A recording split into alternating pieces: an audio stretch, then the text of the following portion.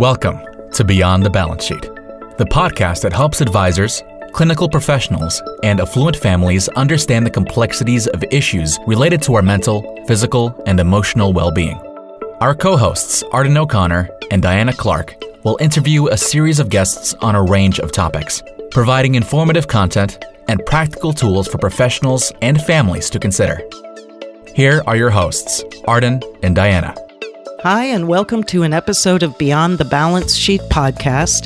Today's guest is Ronald Schouten, MD, JD, and I'm going to talk about his bio in a second, but Arden and I are both really excited to have him, if for no other reason than his breadth and depth of information and knowledge in an area that many of us have very little information about.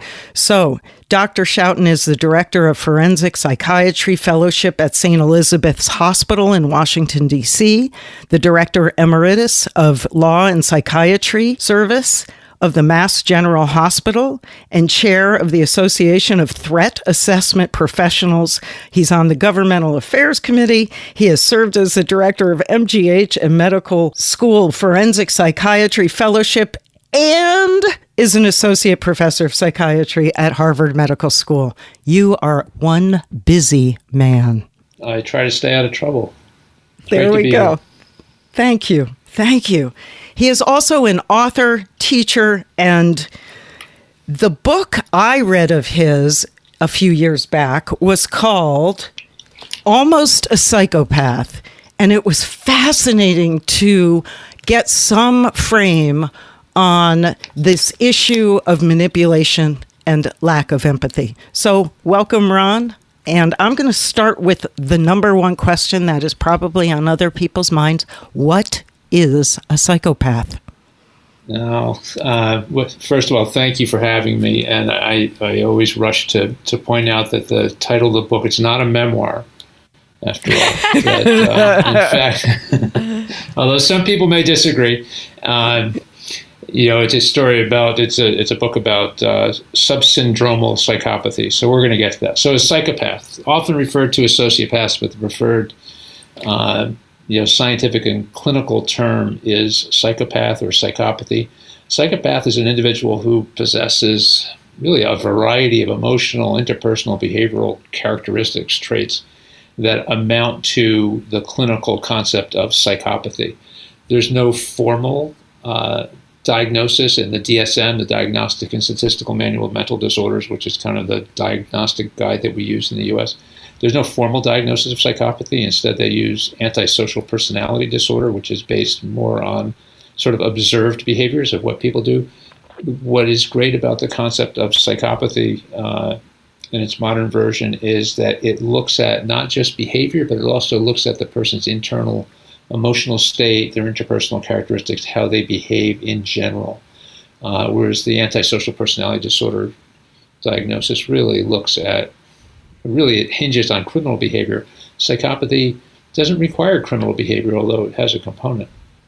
In medicine, there are textbook cases, that have all the characteristics. Well, in fact, most diagnoses are spectrum disorders, and that is true of psychopathy. So sure, there's a textbook case of, Hannibal Lecter or serial killers who are cold-hearted and sadistic, violent criminals.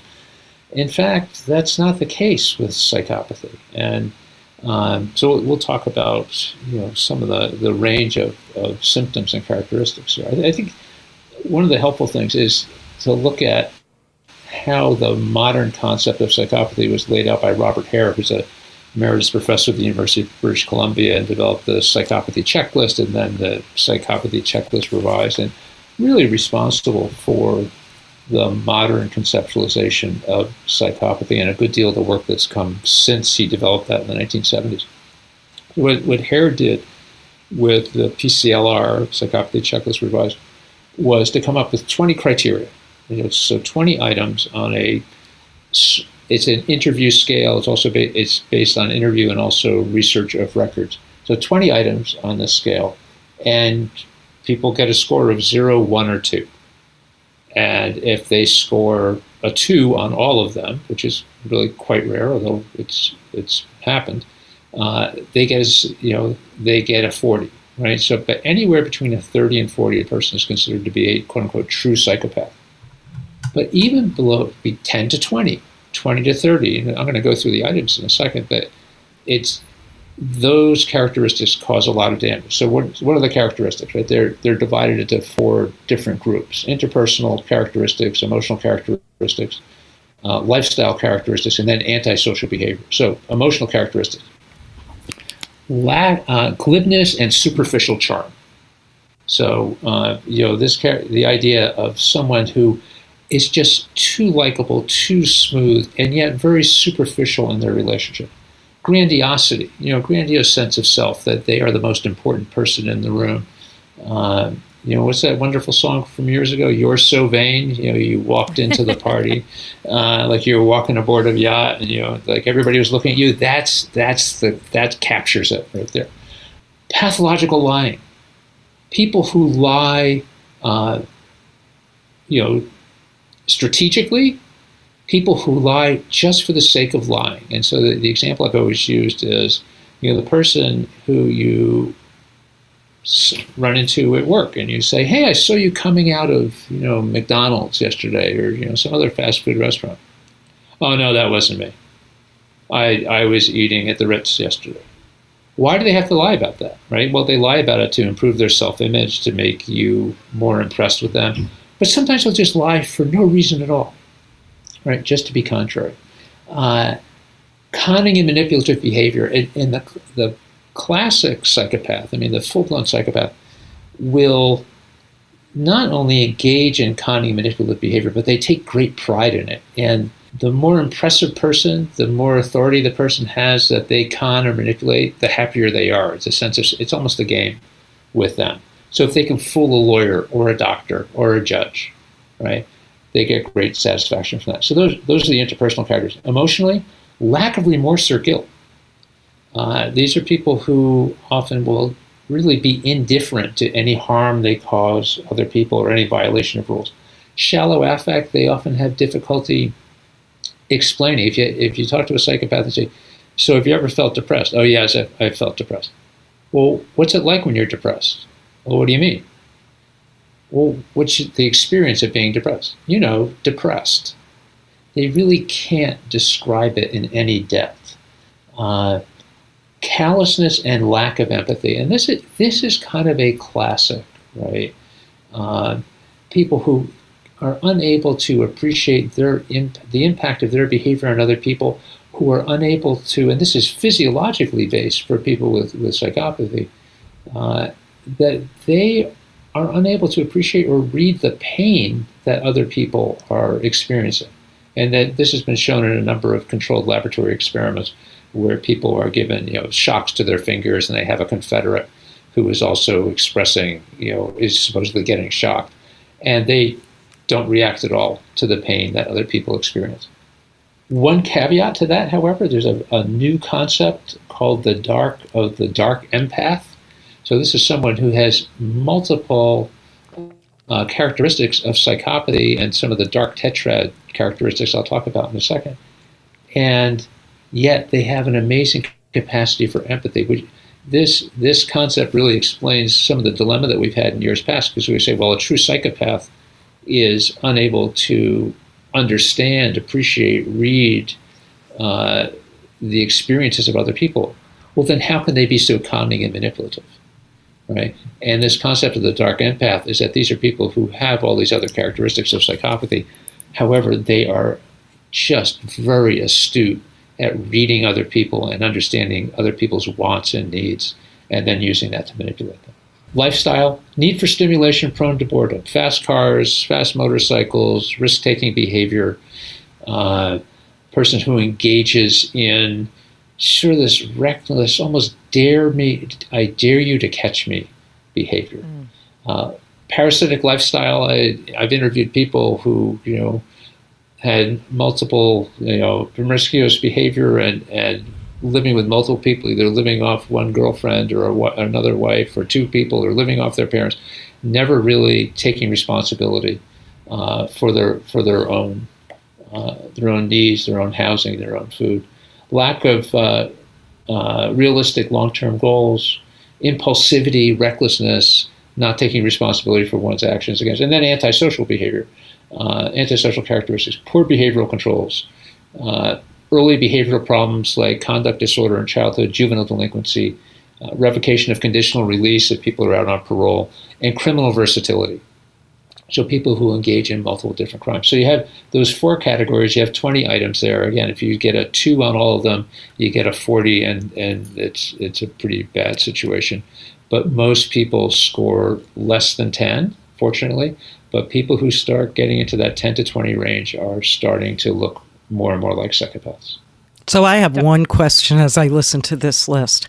How are most teenagers not considered psychopaths under those criteria? Well, it's a great question. I've often commented that adolescence is a mental illness.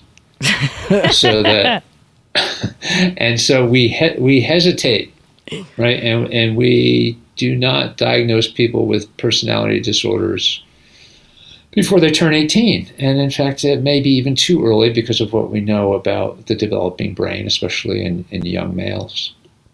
And so a lot of these behaviors that might fit into the psychopathy criteria tend to resolve themselves over time.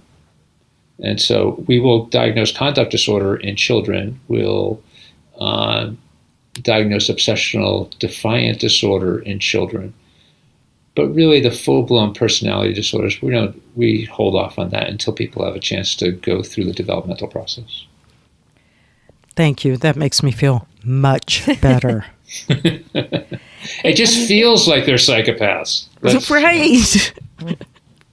It's quite a list. I mean, when you listen to the different categories and then the different characteristics in those categories, I just keep thinking, boy, I'm hoping I don't accidentally invite somebody like that to my dinner table, because it is a very scary list. I mean, how common is this? Is this something we, as we're walking around in the world, like when you talk about the different, I know you said very few wind up in the over 20 category, but how many wind up in that 10 to 20 category that are sort of edging on the verge of being described or being characterized as a psychopath? Yeah, I mean, so if you think about the four groups of criteria, right? Interpersonal, emotional, and lifestyle. Antisocial, you don't need the antisocial, right? Let's say somebody skipped all those antisocial characteristics: poor behavioral controls, early behavioral problems, juvenile delinquency, revocation of, right?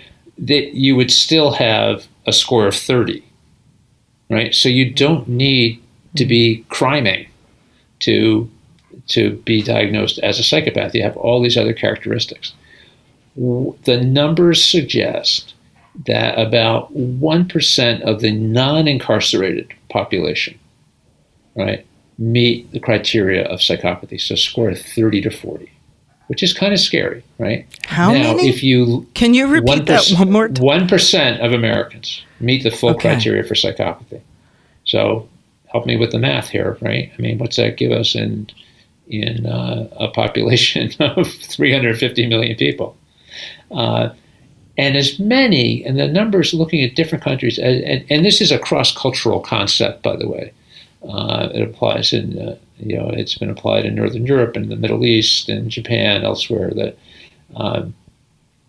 that as many as 15% of people qualify as subsyndromal, sort of almost psychopaths that we wrote about in the book. And for people in the incarcerated population, right? So in the incarcerated population, about 16%, or another million people or so, are psychopaths. And so, you get up there past like around 2%, which is more than schizophrenia and bipolar disorder and things like that. 30% of the population is estimated to have virtually no psychopathic traits, right? Only 30%? Yeah. Yeah, have none, zero, right? But if you look at the rest of the population, 30%, about the rest have low, medium, or high levels, right? But full-blown psychopaths, about 1%. So it basically means that about 25% have subsyndromal psychopathy. How would we identify one? We've got this list, we've got these criteria. How would we as lay people have a sense when we're dealing with somebody at the country club? You know, first of all, trust your spidey sense. If you feel there's something wrong, if you're hearing stories that are too good to be true or too awful to be true, and they seem unrealistic, pay attention to that. But you would never, if you were to just meet somebody, you walk into a cocktail party, you're at the country club, you're having lunch, and you meet someone new, right? You would never make that determination in a single visit, nor should you, right? I mean, you need to look at the behavior, and the behavior has to be consistent in multiple realms of that person's life, right? And throughout that time. So, you might meet somebody off at, again, at a cocktail party or wherever, and they come across as, backslapping, shaking your hand. They're charming and they're funny and they're very glib and they're very witty. Well, that's the lead factor in the psychopathy checklist. But they could be just a really glib, superficially charming person, and that's, or they may not behave like that in private. They maybe they've learned to do that as a way to social climb or to meet new people, and they're forcing themselves, or they're trying new things out. So you really need to get to know people over time. Now, you meet somebody like that, and you notice they're kind of manipulating other people and trying to sell them stuff, or sell them themselves, or they're requiring excessive attention, or they're engaging in illegal behavior or blaming others. One of the big factors is what we call externalization of blame. Nothing is my fault. It's always somebody else's fault. There's always an excuse for that.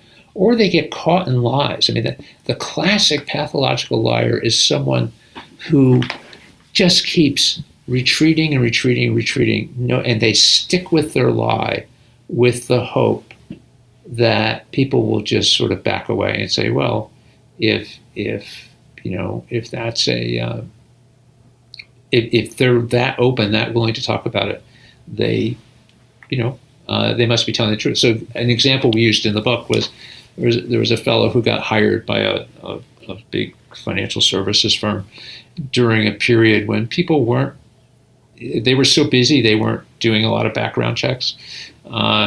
And the background checks were, backlogged. So they hired this person, and he comes in and he's working in the firm. But then there's some funny business going on, and it looks like there's some gambling that's going on. And this is a firm that really required pretty high level security and trustworthiness. And all fingers were pointing towards this particular fellow. So head of security calls him in, and when he gets the background check back and says to him, gee, Bob, we got your background check back, and it's really kind of concerning. Oh, really? Why is that? And he said, well, here it looks like you've been charged with credit card fraud. I mean, you can't have, that's a problem working in a place like this. Can you explain that to me? Oh, that was just, you won't believe what happened there. Well, tell me what happened. Well, I was home from college, and my dad and I haven't really gotten along, but I was home visiting from college, and he was being nice, and he loaned me his credit card, and I went out, and I was hanging out with some friends, and I had some drinks, and I ran into this guy from high school I always had trouble with, and there was sort of a scuffle, and I must have dropped my credit card, and this guy took my credit card, and he ran up all sorts of charges. And I got home late. My dad was annoyed with me. We got into an argument, so I took off. And then my father accused me of credit card fraud, that I had run up all these charges on his credit card. He called the police, and I ended up getting arrested on my way out of town. But it's all taken care of, and it's all cleared up.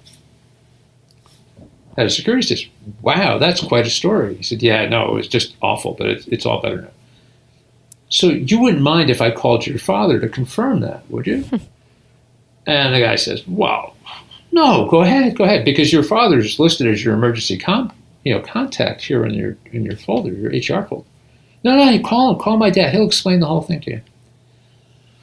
So calls up, says, this is so-and-so from such firm, and I'm here with your son, and Mr. So-and-so, your son tells me this story, that there were, credit card, and you've made credit card fraud charges against him, but it was all cleared up because it was just a mistake, and this other guy stole his credit card. And the father says, you tell my son he's a lion sack of you know what. That classic ability to sort of back up, deflect. No, I'm fine. Yeah, no, I'm an open book. Just go ahead and check it out. Is kind of a classic example. We also have examples of other people who just, my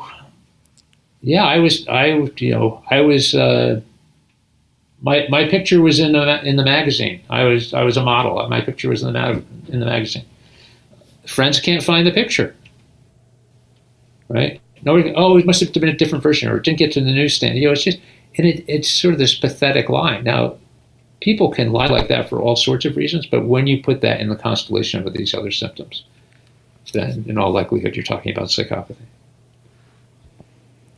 It's just fascinating to picture somebody who has such confidence to believe, like, you can call me on this, and others are going to either rush to my rescue. The example you gave of the guy who says, yeah, go ahead and call my dad. The fact that there wasn't any kind of nervousness around the ramifications of that, I just can't even imagine being in the mindset of that.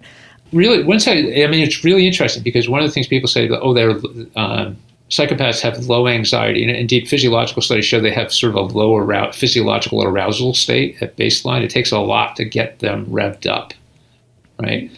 It's not just low anxiety, it's more low fear. They are relatively fearless. And so whereas you or I would go, ooh, that's a bridge too far, I really don't want to take that chance to tell that big a story, and it looks like I'm caught. They're kind of indifferent to that. And so in some ways it can be adaptive. It makes total sense. I guess I'm curious, how does money play into this?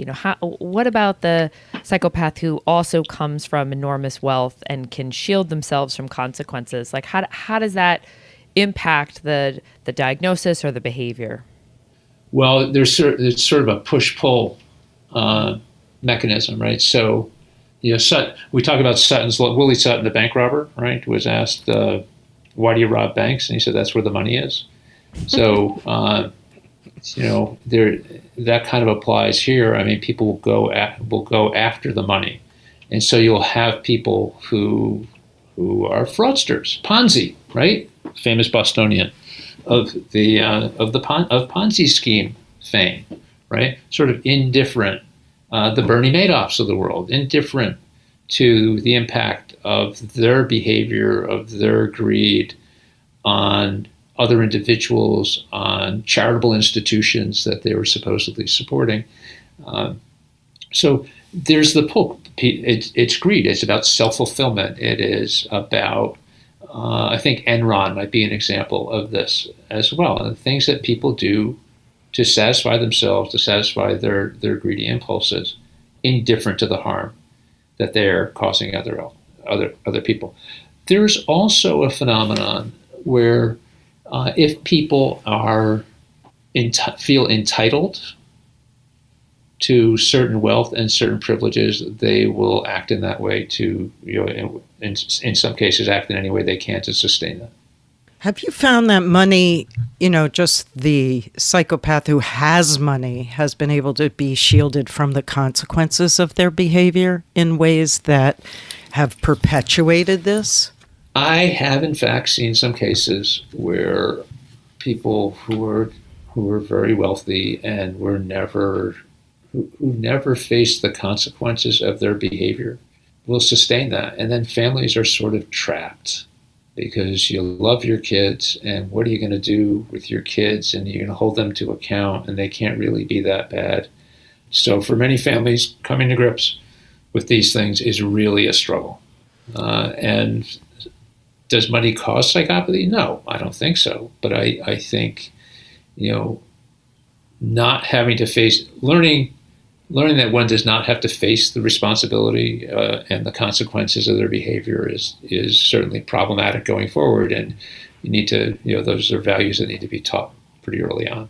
I guess one of my questions is just kind of given this somewhat grim outlook, the way you've described it, is there help? Like, what do you do if you're a family member who has a loved one with this diagnosis? Is there help for psychopathy or for antisocial personality disorder? And is there hope? Maybe that's a two-part question. Is there help and is there hope?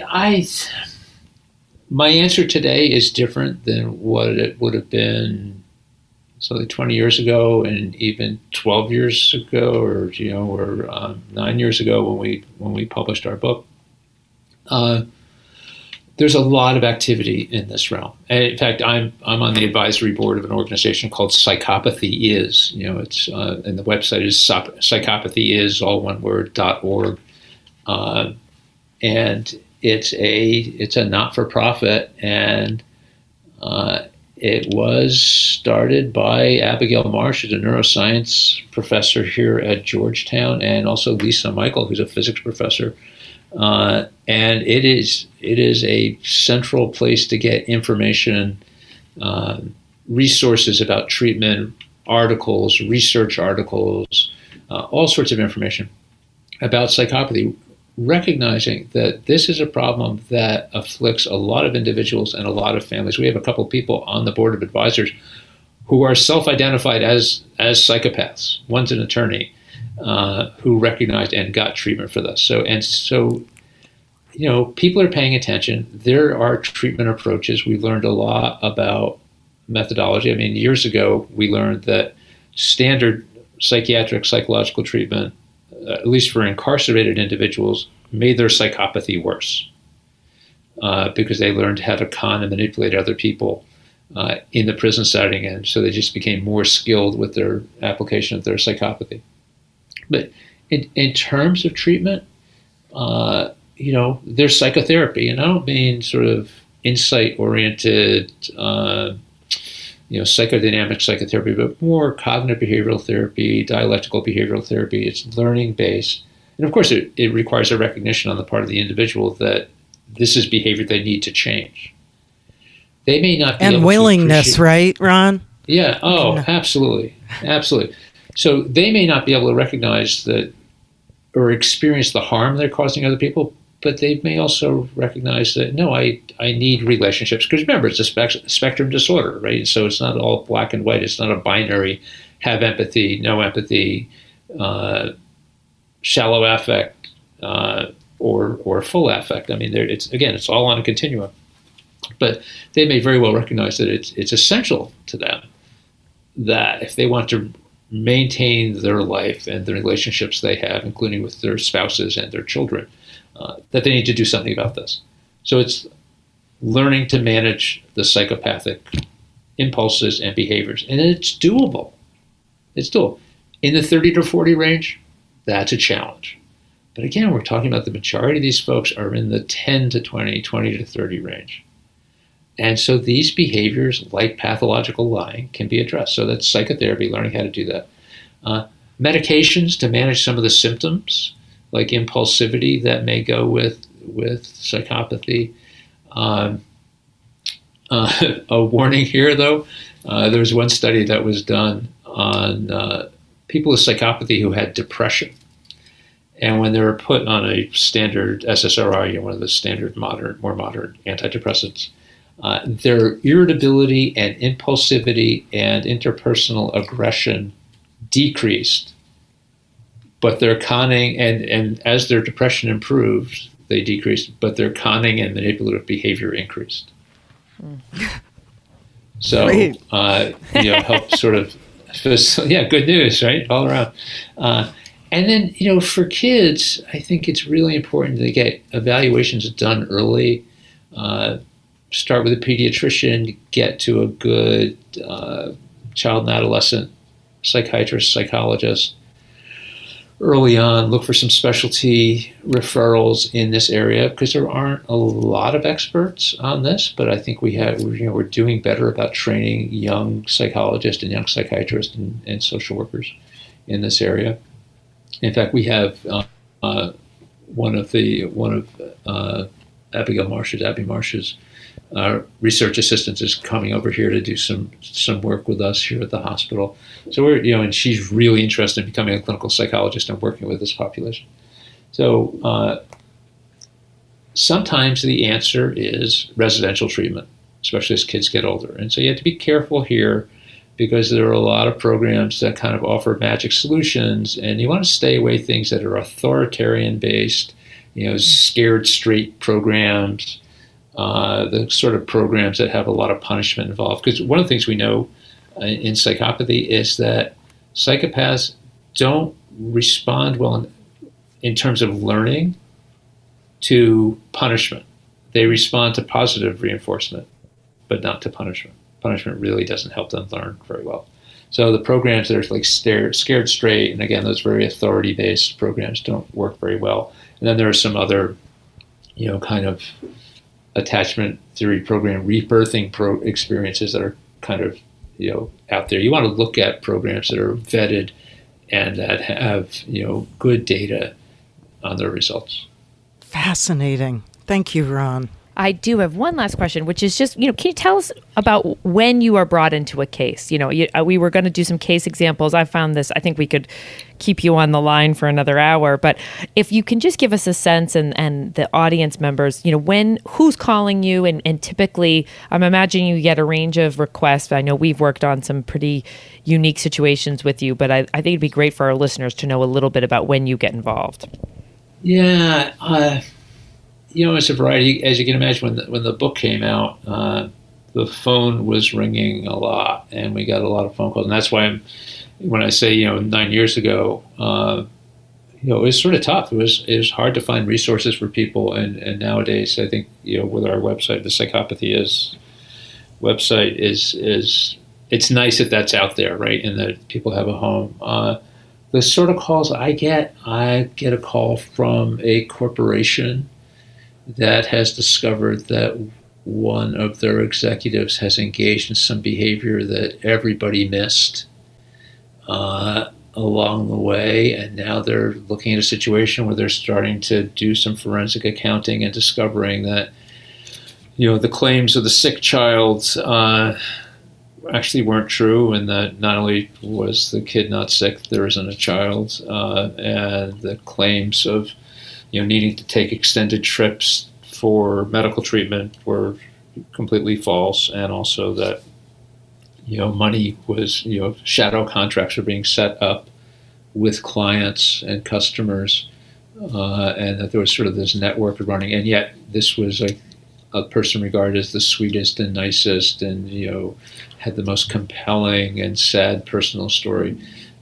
So kind of brought in to help explain how one gets duped and how one does not get duped again. I've had families contact me to help them sort out the behavior of a family member and what to make of that, and sort of walking them through the differential diagnosis, because there are a lot of other things that could present with antisocial behavior, the psychopathic behavior. And so even before you get to the diagnosis of psychopathy, start looking at those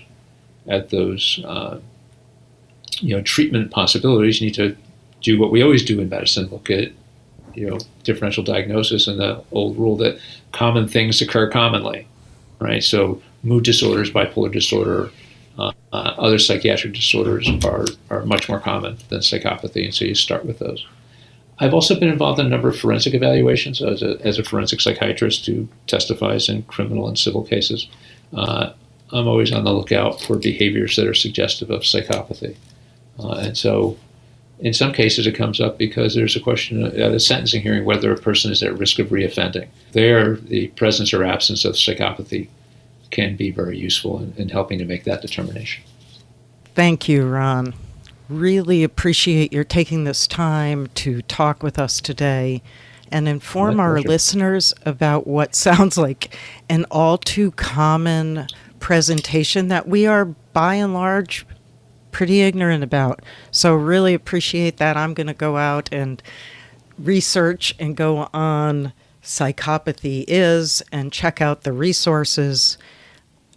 If you have any final words for our audience today, we would love to hear them. Do you have one thought you'd like to leave with? Yeah, I mean, don't despair if you're encountering this, and don't overreact to some of these symptoms. I mean, I often say in my forensic work, especially my threat assessment work, that I'm in the anxiety titration business. that if people come to me with a problem and based on what I'm hearing and seeing, they're not anxious enough, I maybe try to tune up their anxiety a little bit and dial it up so that they're motivated to act and address it. But in most cases, people are too anxious and too worried. And so we try and get folks on a steady course and pursuing the best possible, safest, and most productive treatment. Excellent. Thank you, everyone, for joining us for an episode of Beyond the Balance Sheet podcast. If you would like us on whatever platform you use to listen to this podcast, we would greatly appreciate it. Thanks and have a wonderful day. Thank you for listening to Beyond the Balance Sheet, a podcast designed to help advisors, clinical professionals, and affluent families solve some of their biggest medical, psychiatric, and emotional challenges. Visit beyondthebalancesheet.com to read more about our guests and resources, and sign up for our newsletter.